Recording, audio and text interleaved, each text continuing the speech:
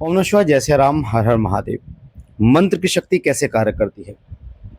कोई भी मंत्र, जब किसी मंत्र का आप जप करते हैं, धीरे धीरे वो मंत्र सिद्ध होता चला जाता है।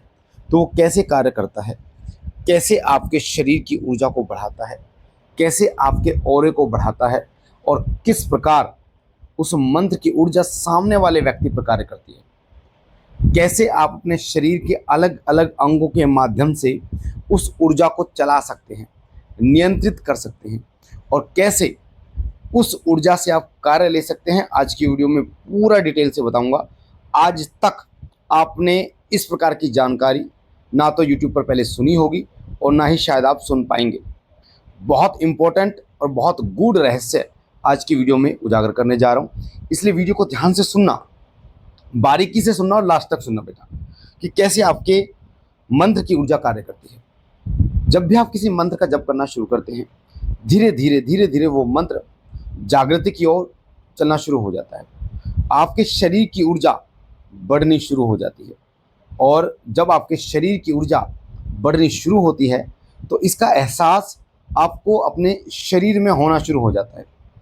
जैसे रोंगटे का खड़े होना, आपको आंखों से आंसू आना, शरीर का हिलना, पूजा करते समय आनंद की अनुभूति होना, या पूजा आप कर रहे हैं, 10 मिनट के लिए आप बैठे, बट आपका आनंद इतना बढ़ता चला गया पूजा में कि आप उसे 1 घंटे तक लेके चले गए।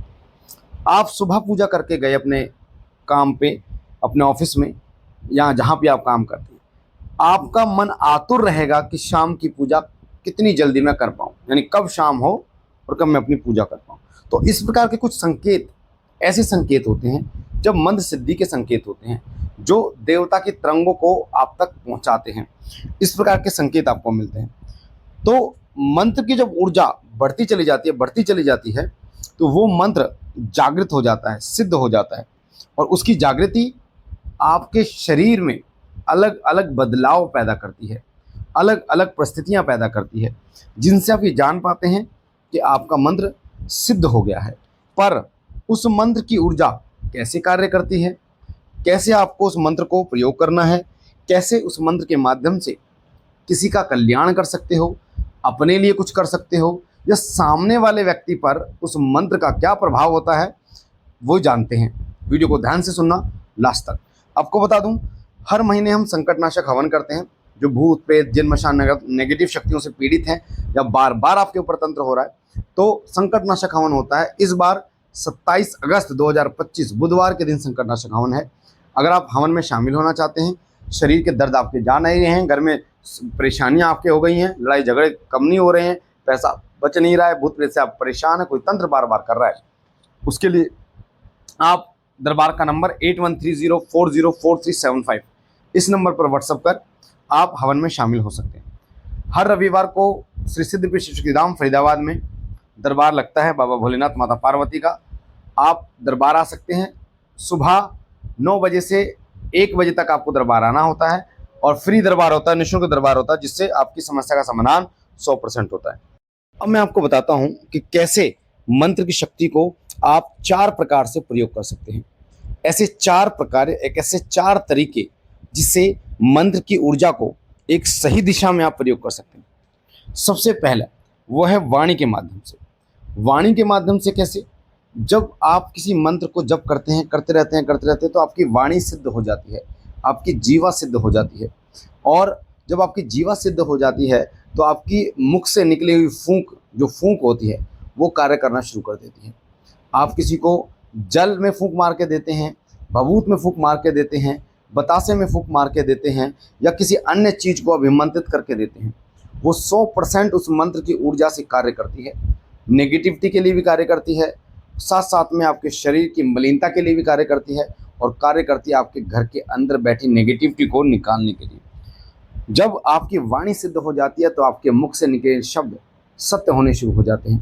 इसलिए हम ये कहते हैं कि एक साधक को कभी भी गलत वचन का प्रयोग नहीं करना चाहिए किसी के प्रति भी, क्योंकि पता नहीं कब उसके वचन सत्य हो जाएं और कब वो व्यक्ति, सामने वाला व्यक्ति, उसको नुकसान हो जाए। तो वाणी के माध्यम से देवता बहुत तीव्र गति से कार्य करता है। आपने किसी बहन बेटी को अगर ये बोल दिया कि तेरी झोली भर जाएगी, तो आपकी वाणी का प्रभाव ऐसा होगा कि उसकी झोली बाबा जी की कृपा से भर जाती है। तो वाणी सिद्ध जब किसी व्यक्ति की हो जाती है तो वो अपनी फूंक के जरिए अभिमंत्रित करके अन्य सामग्रियां जो देता है उसमें उसकी ऊर्जा जाती है और उस ऊर्जा के द्वारा वो व्यक्ति लाभ ले पाता है। अगर शरीर में दर्द है, जैसे श्री सिद्धि शक्ति धाम में आप आते हैं तो आपको जल अभिमंत्रित करके दिया जाता है, आपको संकटनाशक तेल दिया जाता है, साथ साथ में आपको बतासे दिए जाते हैं अभिमंत्रित करके, पीली सरसों, काली मिर्च, ये चीज़ें आपको, या धुनी आपको अभिमंत्रित करके दी जाती है। संकटनाशक धुनी, अगर आप धुनी मंगवाना चाहते हैं घर बैठे और आप भूत प्रेत आदि से परेशान हैं, आप दरबार नहीं आ पा रहे किसी कारण से, तो आप दरबार के नंबर पर आप व्हाट्सअप करके मंगवा सकते हैं 8130404375। ठीक है, तो वाणी सिद्ध हो जाती है। अब दूसरा तरीका होता है उस ऊर्जा को चलाने का, वो होता है दृष्टि के माध्यम से। देखो दृष्टि के माध्यम से कैसे, पहले मैं आपको बता दूं, 3 प्रकार की दृष्टि होती है।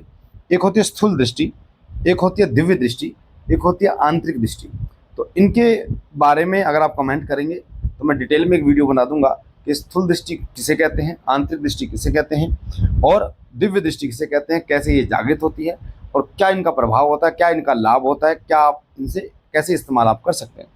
तो दृष्टि के माध्यम से कैसे, जैसे जैसे आपकी ऊर्जा बढ़ती है, आपके जो ऑरा है वो तीव्र होना शुरू होता है, आपकी कुंडलिनी ऊपर की तरफ उठनी शुरू हो जाती है, तो आप अपनी आँखों के माध्यम से भी अपनी इस ऊर्जा को प्रयोग कर सकते हैं।